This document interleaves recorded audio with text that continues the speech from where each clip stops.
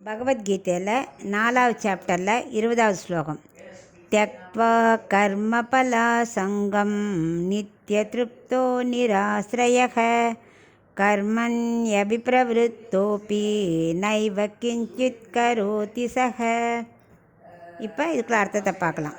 கண்ணன் சொல்லின்னு இருக்கார், நீ கர்மா செய்யும்போது அதில் ஞானம் அறிவோடு நீ செஞ்சியானா அந்த கர்மயோகத்தில் செய்கிற செயல்கள் எதுவுமே உன்னை பாதிக்காது.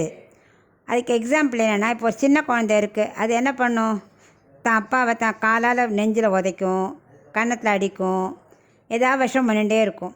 ஆனால் அதுக்கு தெரிஞ்சு செய்யலை இல்லையா? ஸோ அதனால் அந்த குழந்தைக்கு அது பாவம் கிடையாது. இதே ஒரு பெரியவா அந்த குழந்தை அடிக்கும்போது நீ பேசாமல் இருந்தே அவன் அப்பாவை அடித்தானாக்கா அவன் சும்மா இருப்பானா? ஏன்னா அவனுக்கு தெரியும் பெரியவர் வேணும்னு அடிக்கிறாருன்னு.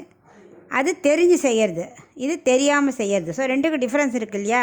ஸோ கர்மாவை நாம் செய்யும்போது எப்படி செய்கிறோங்கிறத பொறுத்து தான் பாவ புண்ணியங்கள் நம்மளை பாதிக்குமா பாதிக்காதான்னு புரிஞ்சிக்க முடியும்.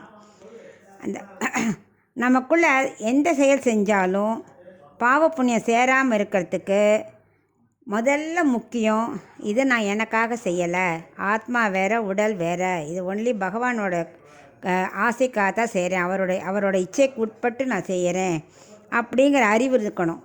இந்த ஞானிகளுக்கு என்னன்னாக்கா, அவளுக்கு ஏன் பாவ புண்ணியம் வரலைன்னா அவள் எந்த செயலுமே செய்ய மாட்டாள். அவளுக்கு இந்திரியங்கள் கண்ட்ரோல் பண்ணுற பவர் இருக்குது.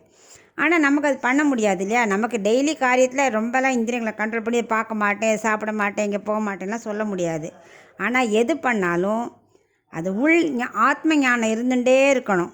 அப்படி செஞ்சால் அது கர்மாவாக இருந்தாலும் கர்ம யோகமாக மாறிடும்.